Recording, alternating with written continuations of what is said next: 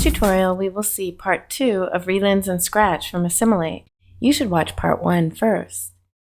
In this example, we're using a super wide fisheye footage we shot on a Panasonic GH5 with an Untitled lens. We're going to project our super fisheye video onto 360 lat long. This time we've already set the project up since you know how to do that. For VR 360 we expect a 2:1 image aspect ratio, so our project size is already set to that. As you see, this is a handheld camera and there is some shaking. Note, with such material, a classic 2D tracker won't work very well. It would typically make the center stable and the outer parts wiggle. Relens Stabilizer stabilizes directly on a 360 sphere, so we add relens 2 lat long. We can make the method equisolid, and we set circle over source and adjust the guide and then make the field of view 250. We're going to adjust the length of this shot to be 15 seconds, or 0 to 449. Now we'll see how to use the Spherical Stabilizer. So, on the second page of the FX control, there is the Spherical Stabilizer controls. We just press the Track Motion button and wait for the analysis to complete. You have two options, points and patch. Points is usually faster and good enough and what's recommended for a handshake motion like this. We can see that the analysis has created some keyframes. The stabilizer has selected keyframes in the animation editor and the profile of the XYZ motion tracking over time. Seeing the actual tracking motion can be handy to easily locate the issue. If there's a bad frame, a big camera jerk, a cut, or something in the source footage.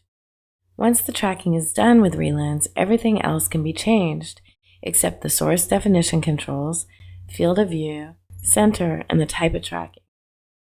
Let's render a first version of this.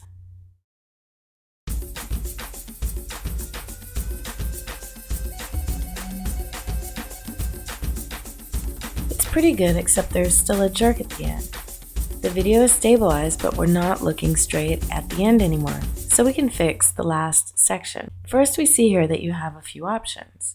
We can use keyframe stabilization or moving averaging.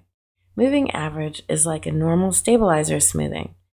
You use keyframe stabilization when you want to make the horizon straight and remove unwanted motion.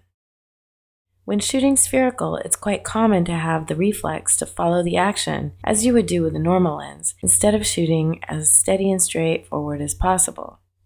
When selecting moving average, the moving average slider becomes enabled. A good number as a starting point is 2 seconds. Here we have 30p source, so we select 60. The other stabilization mode is keyframed.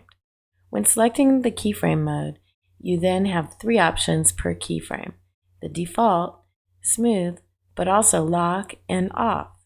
The location of these keyframes also has a lot of impact on the result, as it's the frames that won't be stabilized. You use off simply if there's a section you don't want to stabilize, or if you have a cut in the footage to mark a new segment. And lock is particularly useful at the beginning and end, where there's often a bump as you hit the record and stop button. This is explained in more detail in the product manual. For our last bump, one approach is to set stab mode to bypass and go to the animate menu. We can see that here on the second to the last keyframe, frame 476, the horizon is not straight. We can just find another frame where the horizon is straighter for the best result. In this case, frame 445 will work better, so we can just drag the keyframe from 476 down to frame 445.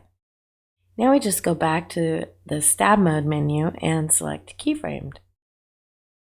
Now note that Scratch also has a 360 viewer and support for different HUD viewers. We can choose metadata, and then we set projection mode to equirectangular. Next, we press the sphere or globe icon to move around, and we can press the pan and zoom button on top to change the field of view. It defaults to 90, but the desired field of view is 72 in this case. So we can apply that and then move around. Now let's render and compare the results. Without stabilization,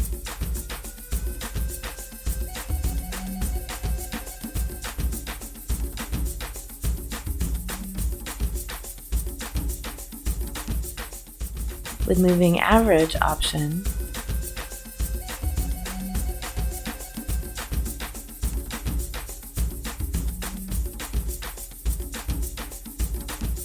and with the keyframe stabilization and edited keyframe. Now you've seen another example on how to use 2lat long in Scratch by Assimilate.